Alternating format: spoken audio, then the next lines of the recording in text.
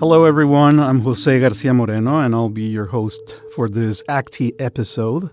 And as you know, or probably not, the overall purpose of ACTI and its podcast advocate is to capture people and their complexities and rich identities and show how they are actually going through their own stories. They are two graduate filmmaking students at Loyola Marymount University, which are not only pursuing their craft, but they're also trying to balance full-time obligations outside of the classroom with being a student, which is also very interesting. I think we have a lot to talk about, especially within the turmoil and chaos of our times right now and how that is creating an impact on higher education. So I really want to actually get your take on all those issues.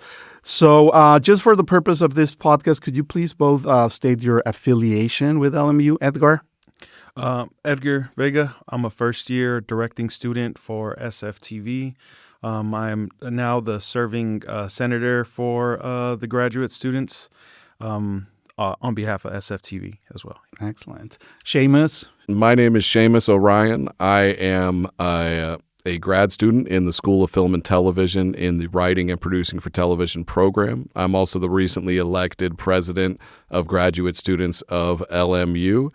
And I'm also full-time staff at LMU. I work for information technology. Yes, I remember that Séamus was actually our liaison in the animation department with IT, and you were there in the third floor. I miss it a lot. It was so nice to be up there with the animators. There's so many talented students in the School of Film and Television and such a great spirit of collaboration, but the sensitivity of the animators, the solidarity they had for each other, just the community and the level of inclusiveness, it was and is very moving to me, just how kind and welcoming the animation students are there. And I was always very impressed with their character. You'll hear old people complain about young people, and I'm like, nah, man, the young people know what's up. They're good people, and I think the animators are some of the best and brightest of the many talented students we have here. Oh, thank you. So tell me a little bit more, Séamus. I'm really interested about what is the president of graduate students at LMU doing? Tell me, just give me a little bit of a framework. Sure. So the undergrads are very much more well-known, and they have a larger share of the population here at LMU, but there's a significant amount of grad students at LMU as well. I want to say 30% of students are grad students, and I might be wrong, but I remember it surprising me how large of a percentage it was. So I don't think it's that far from 30%. ASLMU is the associated students of LMU. Those are the undergrads. And, they're very active and they do a lot of great work on campus with events and stuff. And GSLMU, we're the grad counterpart. And because a lot of grad students, we have full-time jobs or we have families and we have other commitments, you're less likely to see us on campus. And really, as president of GSLMU, my goal is to make our campus as welcoming and supportive a place as possible, to have events to keep grads engaged and for people to meet people outside of their cohorts. Right. In film, it's a collaborative medium. Directors are going to need writers, are going to need producers, are going to need, costume designers, et cetera. But, if we do well, we're also going to need lawyers. We're also going to need managers. We're also going to need all kinds of things. And so I think it's so important for people to get outside of their schools and meet people in different tracks and different cohorts. And I hate to use the word networking because it sounds so utilitarian, but so I prefer relationship building. Right. I think it's such a great opportunity to build relationships with people who are studying different things. And that's what we're trying to do at GSLMU, is just bring people together and remind them that, hey, we're here for you and we're a community. No, that's great. Edgar Vega. So you're the senator. So what tell me a little bit about what is the temperature at the graduate student senate in regards to what is going on between this open fight between the Trump administration and these repercussions on institutions of higher education like us, and what it means to a student like you, like a graduate student. From my understanding, one of the reasons why I joined them and felt like I wanted to be a part of it was because of support. and because of the inclusive nature of them, because like they're not excluding anyone regardless of what's going on, right? And I think more than ever we need to band together, because like so much of my like peers in SFTV are international students, and they want to go home for the summer, but they're scared. They don't want to go, right? And I've, through connections here, I've met folks that work with international students here, and they're afraid as well. But they just want to let, the international students that they're there for them as, to support them. So, anything we can do to support them. Like I said, we have a wide network of, the law school and a bunch of other resources as well to support them and just be there for them. And I'm always there to lend an ear or share any resources that I have and that Séamus or anyone else has. Yeah. Just for anyone that is listening to this podcast right now, just to put them in context, if you actually listen to it in 3 months, we're in May of 2025 talking about what is happening. So what is the has the administration approached you in relation of how they can help graduate students? That's a great question. And again, to clarify, I am newly elected president, and Edgar is newly elected senator. So we're still putting the shoes on and wearing them in. I don't want to assume too much or be too critical, because it's such a tightrope walk to navigate all these different situations. And I know the administrators want what's best for the students. It's been tough for me to shake the impression that the administrators are afraid to publicly denounce some of the injustices that are going on. And for me, I have no such apprehension. Grad students are being disappeared across the country, right? Rumeysa Ozturk, thankfully, was just freed today. But if it wasn't for public and constant outrage on behalf of student activists, the ACLU, and other groups, Rumeysa Ozturk could still be disappeared in an ICE detention center in Louisiana. Right. And what was her crime? Her crime was being an on-campus activist. Her crime was advocating for children who are killed in Gaza. That's not a crime. That's her having principles. And the fact that the Trump administration is locking up students for having principles, using their immigrant status against them, it's appalling, and it's fascist. And I don't think that laying low is going to solve anything. I don't think hide and hopefully they won't notice us is going to solve anything. And I really hope to see a lot more courage from any and every authority figure at LMU, who I think in their hearts have good values, right, but I think have been a bit too cautious and afraid of rocking the boat. And it's like, look, this boat is getting rocked, and we need to stand up and try to keep it from turning over. So it's a crazy time to be a student, but the courage of other students, it gives me courage, and that's just something I want to maintain. Has the decisions from the Trump administration impacted you already, pragmatically, like in terms of grants, etc.? Have you been impacted already as students? I want to say, the fact that, the last administrations they were forgiving loans and all these things like that, like it feels more grim. Like I feel more of a financial burden coming into it, because leaving the workforce after, like 12 years of, is to me, it was already insanity because I have 2 kids to take care of. And then going into it now, knowing that there may be even more money pulled away from these institutions, bearing that LMU is a private institution. But things like that then trigger a response to, do I continue doing this, right? Or do my peers continue doing this? And just understanding the financial, burden of graduate school. So, that's the best way I could answer it. Yeah. No, I was a little bit in the same situation years ago. Obviously, I'm older than you. If people probably wouldn't notice. No, not at all. That I'm older than. No, and I was a little bit on the same situation of trying to finish my master's at UCLA, but I was living in Mexico at the time. But I thought that finishing and completing the degree would, in some way, will mean something later on in my life, and I can provide better for my family, et cetera, et cetera. So I went and got this grant and came and finished it, and now I'm in academia, right? Which I couldn't be there if it wasn't for an MFA, right? So I was wondering what Edgar, what drove you into actually getting out of the workforce? I guess in the industry. Were you in the industry? Yeah. And suddenly coming back to school. What was like? What made you say this is the right thing for me to go right now, and probably gamble on that of coming back to school? What was your train of thought there? Yeah. So first and foremost, I came through community college about 16, 17 years ago. And just knowing that the transfer rates from my community college, because I'm from Oakland, but my community college was in San Pablo, same area and all that stuff. The transfer rate was really low. And then I started looking at the numbers, and the transfer rates were even lower for people that work part-time, or for people that got kids and families, for Latinos, and it comes down to other demographics as well.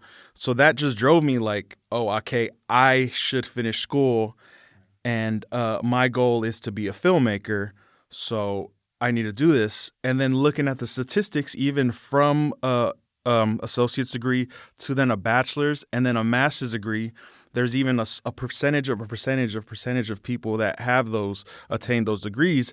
And a lot of my life, people always told me, oh, no, you can't do it. You can't handle it. So I always wanted to prove the naysayers wrong, being like, I am capable of doing this. I can do this, right? Because that's just my nature. As I love exceeding other people's expectations, but more importantly, my own expectations. Right. And so that was always in the back of my mind. I was working through community colleges. I started working with this program called the Puente Project that helps transfer to four-year universities, retain them, and then have them come back to the communities as mentors. So working through that program on behalf of UC Berkeley for years, I would see some of my students go through it, and then now they were getting a PhD. Now they were getting a master's. Right. And I was just thinking, like, when is it going to be my turn? Yeah. So about 10 years passed. Give you a little insight about what I worked in. I worked in as a location manager and scout on film and television. Most notably, I did Matrix 4. I worked on 13 Reasons Why. I worked for Apple. The last film I worked on was Freaky Tales. So things of that nature. The industry has such a turmoil that I always felt like I need to get into education, because I loved what I did at UC Berkeley, working with students one-on-one, but also I feel like it would be some sort of stability for myself. Right. Like there's a piece of my heart that's missing, and that piece is fulfilled when I help other people, or when I work with people and just teach people. So I always felt like I was a natural teacher and just a support system. So that's what drew me to it. It was after the strikes. There was very little work. I started to dabble in other fields. You're curious, right? And you also need to make money. Yes. Like I mentioned, I have 2 kids. Yeah. So I started working for Pacific Gas and Electric down in Oakland. And, I love getting my hands dirty, but I knew that that's not what I wanted to do. So at that moment, I started applying to graduate schools. And then just getting my friends together who were also, affected by the strikes in film. I'm like, what are you doing? Nothing? Great. Let's make a movie. I have a little bit of money that I have from working overtime at Pacific Gas and Electric. So come join me. Right. Let's just create something. So I started creating more of a portfolio, getting to direct some of the things I wanted to do. And I was using those pieces to then apply to graduate schools. And it's been like 12 years in the making. And it was a risk, because everyone's telling me, like, can be done. You're not going to have money. Yeah. And now you have to support your children, right? Now you have to help support the family. Like, there's things that you want to do. Yes, that's nice, but is it feasible? Is it economical? Is it economical for you? How's your savings going to look like? Right. So there were some decisions that went into it, where I even had people outside of my sphere trying to give me advice. Like, I have a very dear mentor, a Taekwondo master that I've worked with for the last, dozen years as well. And he was also telling me, like, look, you got to stay in the workforce. Yeah. You can't take these risks. You're not young anymore. Yeah. So even when other people are trying to give you their 2 cents, I'm just like, am I insane to take this risk? Right. Am I okay that I'm going to want to take on some more debt? But I feel like in my heart, I do want to continue to craft my voice as a director, as a creative, Nice. but also to teach. I want to go back to that community college Right. and tell people like, I did it. Yeah. I went through your shoes. I had to work, manual labor jobs. I had to work at the Starbucks. I had to do all that stuff to get through as well, so. Yeah. Were you first gen? Yeah, first generation. Yeah. First that's so cool. Your family must be very proud of you. Yeah, there's moments where my parents are just like, what the hell is going on? What are you doing? But there's other moments when I share with them that I TA now for classes that I run class sections. And they're just like, oh, we're so proud of you. Like, you're going to be a professor soon. And I'm just like, there's levels to this, but, at least I'm practicing what I want to do. You just remind me of, I was just recently hearing again, the algorithm, blah, blah, blah. And then it was Guillermo del Toro talking about Kronos, that he mortgaged his house and his car. He sold his car. And then the film was selected for Cannes, and then the Mexican government didn't support him because they thought, vampire kind of film, and then it won in Cannes, right? But there's like this passion, this thing that you just have to do it, right? That filmmaking is always a gamble, right? So Séamus, your trajectory coming to LMU is a little bit different from Edgar, I assume. I'm coming back to grad school, 20 years after after I graduated undergrad, which is a trip because it kind of goes by. Because you became a graduate student, but you started here working, and then you became a graduate student. Exactly, right? yeah. I realized that I'd probably have a better experience in SFTV as a student, but no, I did start here as staff. I always worked for information technology, but I was embedded in the School of Film and Television. Maintaining all the computers in the School of Film and Television, did the largest classroom upgrade in SFTV history. I remember a couple years ago, replacing not all of the computers, but a lot of them, and I'm very proud of that. And they still seem to be. I think the person who had my job after me had it a little bit easier than I did, in my opinion. But happy to leave things a little better. Correct me if I'm wrong. You were with Apple before LMU? I was. I worked for Apple for over a decade. I started off just fixing iPhones at the Genius Bar. I actually performed there's some milestone. I don't know if it was 3 millionth or 30 millionth. I kind of forget. But I happened to perform the 3 millionth repair in Genius Bar history, and some regional manager said out we just completed this Genius Bar milestone. The 3 millionth repair in Genius Bar history was completed by Séamus Orion in Manhattan Beach.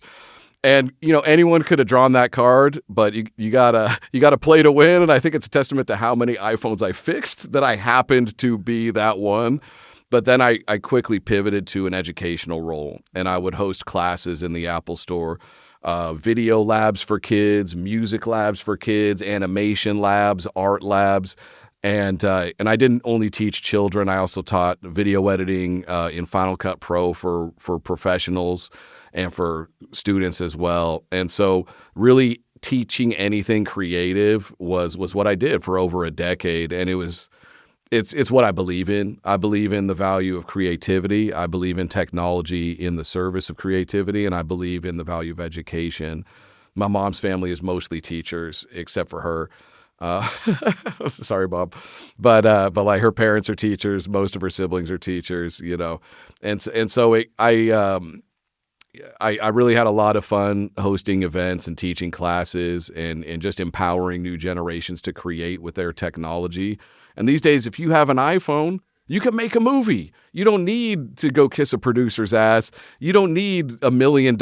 You can just go in your backyard or your school or wherever with your iPhone and just make a movie. And that's so cool.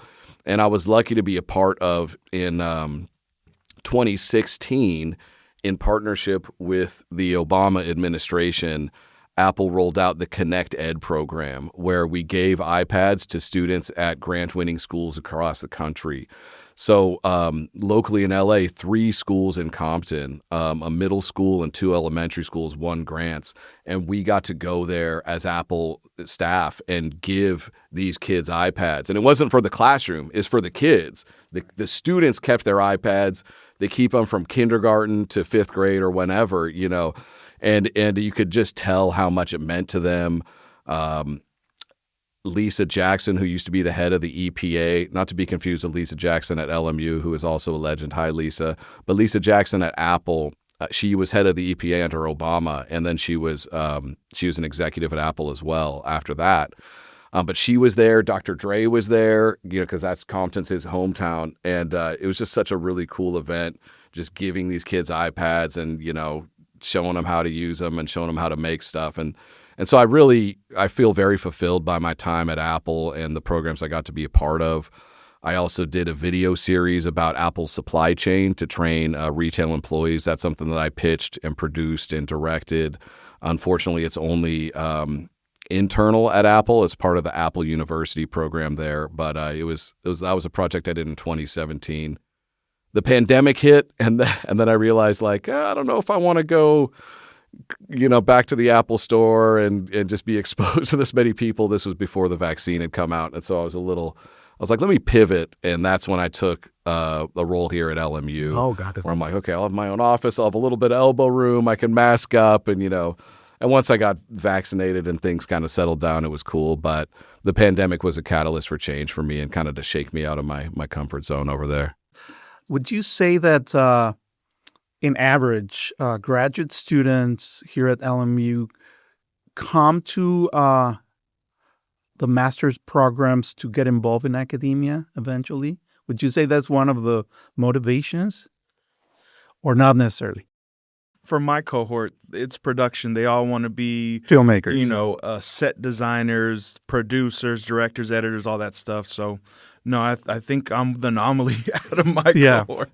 Well, yeah, because everyone's here to get experience, and I already have some experience. Right. I just want to help shape my voice, help craft my story better, but also to teach because I need that MFA to then start doing my educational work. So I think it's different. I don't know about your program. No, I mean I very much value education and spent a lot of my career doing it. But for me, it's I've always been a writer, but it's kind of something I'd just done on the side. I worked as a graphic designer to pay bills. Then I worked for Apple to pay bills. Then I'm managing computers at LMU to pay bills. But in my heart, I was a writer. And I realized, look, I'm out of school. I can get a break on some of the tuition here, right? And I remember I talked to Patty Meyer. Do you know Patty? Yes, absolutely. I talked to Professor Patty Meyer. Shout out to Patty Meyer. She's a wonderful human being. Screenwriting professor in the School of Film and Television. And I was like, and she was like, "Oh, I understand you're interested in pursuing a grad program here." And I'm like, "Yeah, I'm a little torn because for me, I write, I illustrate, I'm anything creative. I even make music secretly, anything creative, I do it or have done it. And I just like making things. So I could study any, I was a double major in studio art and world literature with an emphasis in creative writing when I was an undergrad. But I'm like, yeah, Patty, I'm kind of torn. I don't know if I want to go into the production side of the program or if I want to be in writing and producing for television. And she was just like, let me not move too far from the mic, but she just kind of looked at me. She's like, "Are you a writer?" And I was like, "Yes." And there's no hesitation in her question. There's no hesitation in my answer. And she's like, "Then do the writing program." And I was like, "Oh, you just fucking convinced me," because it was just a simple path. Because I love, producing. I would love to develop as a director. I love all the physical things of it too. But that conversation with her did give me the clarity of in my heart, I am a writer, and that's really what I want to focus on. That's very interesting. And let me pivot that because this podcast advocates one of the reasons why we created this podcast is because there's a need to humanize others through their own stories. So I'm wondering, because you're both storytellers, right? If and how restrictions actually are not an obstacle of creativity, but more of a catalyst of creativity. How your obligations as being a worker and student at the same time uh, have defined the stories that you're making now? Let me think on that. So what you're asking is, are my stories different because Yes, because I split my time? right. If there's like this component of reframing your mind based on what you're experiencing right now. Do you think that there's like this bubble of protection preventing students from being exposed to a reality that is just a block away, and it just feels contained here, and they're not really experiencing the city as a whole, but only this bubble that is beautiful and kept in, and it's everything works. I think it's so important that we as storytellers use our voices to advocate for people less fortunate. And I think in general, storytelling leads to empathy. Yes. I think that's just what it is and always has done, is storytelling helps us understand people. It helps us understand ourselves. It helps us understand each other. And you learn empathy from storytelling. And without the humanities, you don't have humanity. Without the arts, you don't have empathy. And I just hope that our students keep that in mind. Edgar, what do you think? How LMU has embraced you, received you? What do you think about LMU? I feel like I'm at peace when I'm here.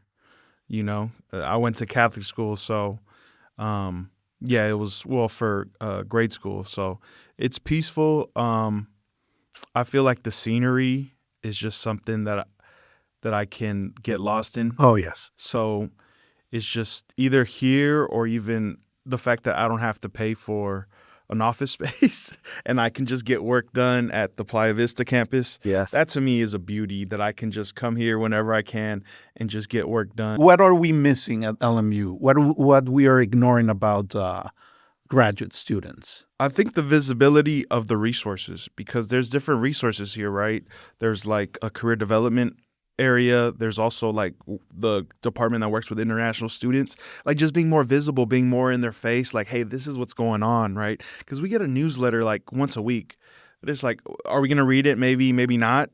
But the fact that we're isolated on a different campus about 3 miles away, it's a little disconnecting. So just reminding us that, hey, we did take these loans and we do have this money, and this money goes to some of these resources to help us. So, hey, we're here, right? Because sometimes if I'm feeling real terrible or someone's not in the right headspace, like, are they going to remind themselves to go to the psychological, resources to get help? They might not be able to. They might not even know it exists or where it is, right? So I think just being more available and just more making people more aware of it, not just like the first day of school, like, hey, this is where this is at, where this is that's at, and then you never hear from those departments and never see those people for the next year or 3 years. Thank you for that.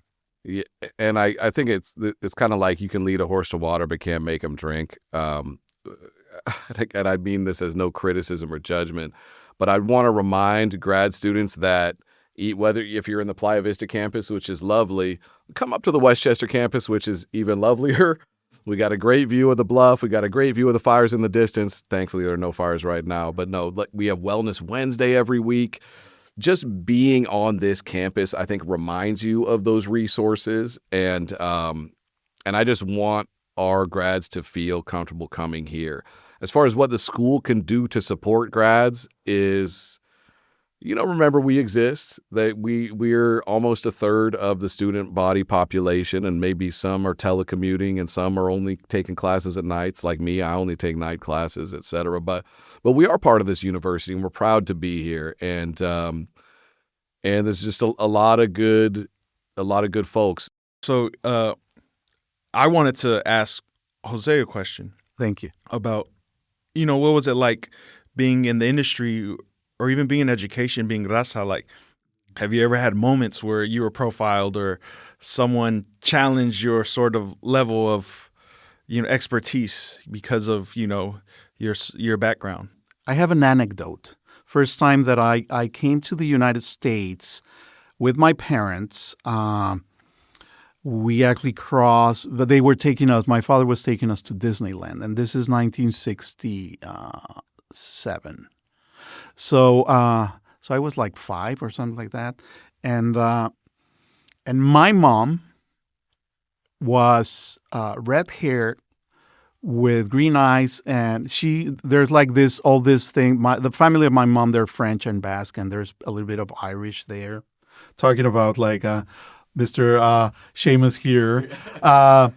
So we were in the bus because we had to take a bus to take us I don't know where, and there was like this the driver of the bus, Greyhound bus, I remember, was a white person, and he looked at my mom, and my father was also very European, complex. Traits, racial traits. So she told my mom to come, and they put us on the front of the line. So myself, I am Mexican. I was born in Mexico City, raised in Mexico City. I'm a proud Mexican. I'm culturally defined as a Mexican. I speak Spanish. I speak French because of my mom. Right. I went to American schools in Mexico City. I was very privileged with my education, but then I do have an accent, right? And it's like, oh, where are you from, right? Because you have like this beautiful accent. Are you Spanish, right? That's what they tell me all the time. But it is true that unfortunately, and we have experienced, and I consider myself raza, right? Because I think that being Mexican is not only racially. You cannot describe the Mexican psyche only by race, but it's a cultural phenomenon, right? It's more than race for me. And of course, race is a very important aspect, but there's more than just a race. It's a way of understanding life and the way that you relate with others and the importance of family. And religiously is the Virgen de Guadalupe, and I'm attuned with all that. And I cannot say that I have been profiled racially, because I have not, because of who I am, right? Mm-hmm. But I have been seen with different eyes when I open my mouth, right? Because I was not raised in the U.S., so I do have an accent, and I'm proud to have an accent because it's beautiful to have accents. And I think that one of the biggest problems of this society is that it's linguistically monolithic, right? So people only speak English, and they don't see the value of speaking another language. And I think that this country should be the place where languages should be this should be the mecca of learning languages. And because there's everyone, but the way that you come here is that you have to fit a mold. Right? So when I came here, and I came here as an adult, well, the first time that I came here was because I was hired by Disney. So my full name is Jose Angel Garcia Moreno. We have long names. So because we're honoring the Garcia as my which is Garcia Peña, but whatever. I'm not going to go into details. But it's your mom, your family's, your dad's heritage and your family heritage in your name. So it's your history in your name, right? But when you come here, they take the first one and the last one, right? So I'm Jose Moreno, right? And it's a way in which you are. It's a way of compartmentalizing your identity, right? Because it's easier to put you in a box. And I think that is one of the things that forces people that are coming from other countries not to learn the language of their heritage, right? So, for example, a lot of Latinos, a lot of Mexicans, and I understand that they will not teach their children to speak properly Spanish because they want their daughters and sons to adapt. Because if they speak with an accent, they will be profiled, discarded. Are you stupid? Are you blah blah blah blah blah blah blah? Right. So I understand, and I have a lot of colleagues because I deal with a Latino community here. Is that yes, there hasn't been until very recently any Latino at higher positions in the administration at LMU. And we have a podcast that we did with Professor Fernando Guerra, which has been the director of the Center for the LA Studies, right? A very important academic here at LMU. And he has always been very frontal about this of confront this institution, which is open to diversity, blah, blah, blah, blah, blah. But the reality is that there has never been a person of color being a president of LMU until Tom Poon, right? And you were actually telling us of when we were not connected to the microphones that you have experienced this profiling and racial discrimination because of the way that you look and the color of your skin and you're the help. Right, and you cannot be the director because you look how you look, right? Which is just stupidity and nonsense and ways of preventing people from advancing in society, right? Yeah. So even before I get into that, I'll just tell a little bit of story. In high school, we did Grapes of Wrath, and I was the only person, Latino male, in advanced placement AP classes in school. And everyone told their migration story. We want to hear a migration story. And I was like, how do I tell them my family's migration story right? And I'll never forget me saying it. And then somebody in class yelling out, why don't they just come here legally like the rest of us? And I'll never forget that stuck in my brain. And I was embarrassed to even share what was going on. But after I shared, it was just like, why does it matter? You know what I mean? Like, we didn't cross the border crossed us. We weren't asked to be here. Like, my grandfather came here with the Bracero program, and they didn't let him leave. So it's like, whose fault is that? But yeah, fast forwarding to working in film and working in locations and locations management, there was a TV show I think called Tales of the City with Elliot Page and a couple other people, a Netflix show. And I remember the food truck was there, and all the food, service workers come out of Los Angeles, some out of Atlanta, and they come to the Bay Area, Tahoe, wherever the work is at, and they service food. And I remember one lunchtime going up to the lunch truck, and they said, "Hey, we're closed." No, and I said, "No, I'm here for lunch." And they're like, "Yeah, we're not closed to the public." And I said, "No, I'm working on the film." And he's like, "No, you're not. Get out of here." Wow. Before I call security. And somebody passed by and was like, "Hey, what's up, Edgar?" And I said, "What's up?" to the crew members. And then he was like, "Oh, I'm so sorry. Can I serve you food?" I was like, "I don't want none of your shitty food." Yeah. So after that, I went to go buy food. Yeah. And it's just like, it's sometimes it's your own people, right? Yeah. And then even other instances where I'm on location. Funny enough, for Freaky Tales, the last film I worked on with Pedro Pascal, Tom Hanks, and we were filming in the streets of Oakland for where I'm from. And there were some folks that were inquiring when we're going to finish filming. And there was a concerned citizen that was really upset, and they want to talk to the acting location manager on set.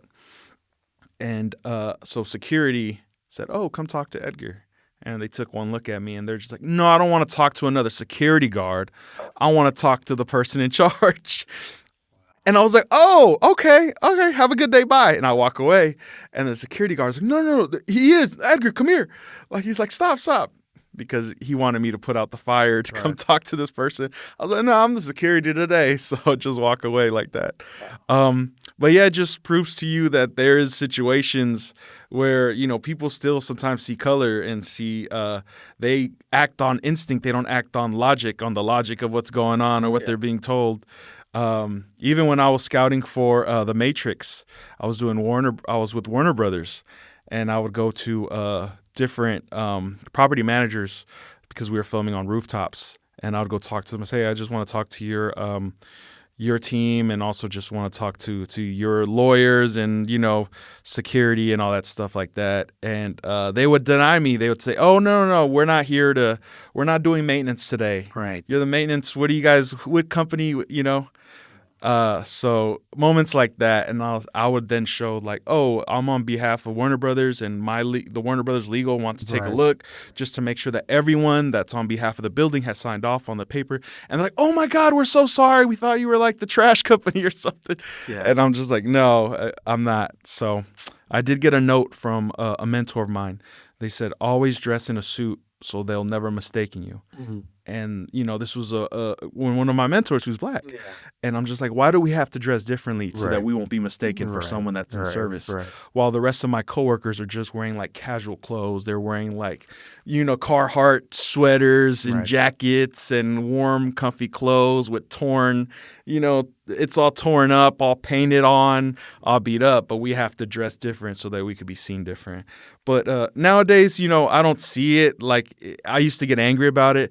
Now it's just more stories to tell, more stories to just, share with people and just prove people wrong that, people are capable of doing anything and everything. Are we treating you with respect here at LMU?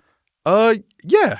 I think I feel I'm valued. I feel like I'm a part of the community here. Yeah.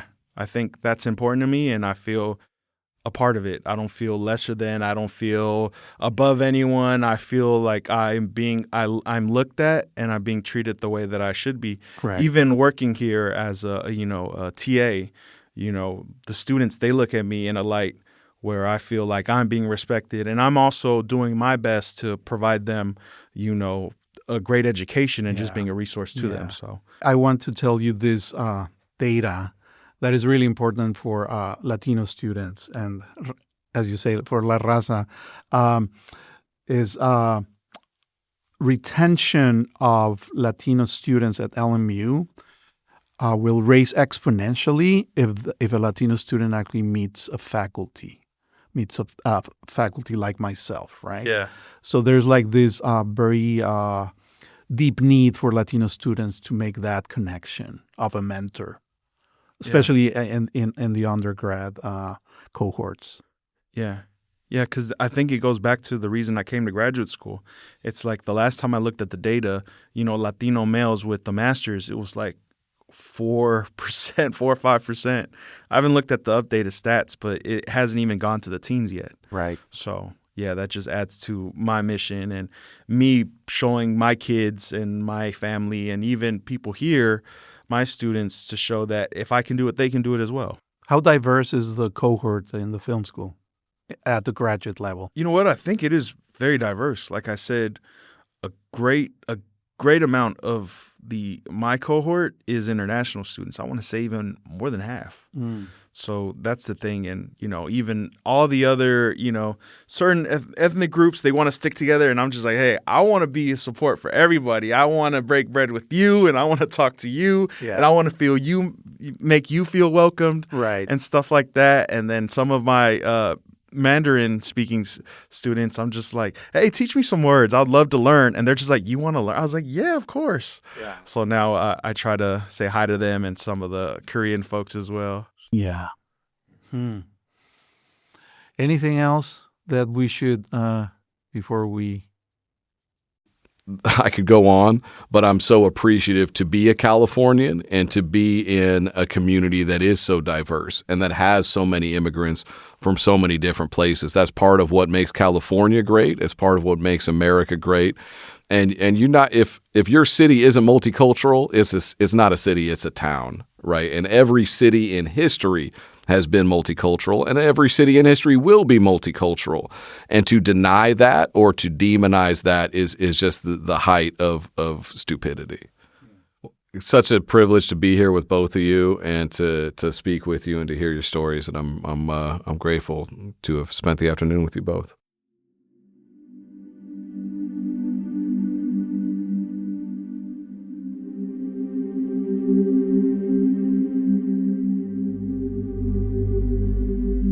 Thank you for joining us for this episode of Advocate. We hope this episode and its participants provoke further exploration of the drive that sustains diversity and fuels individuality. Thank you to Edgar and Séamus. Once again, our host is Jose Garcia Moreno, and we hope all students expand their tribe while studying at Loyola Marymount University.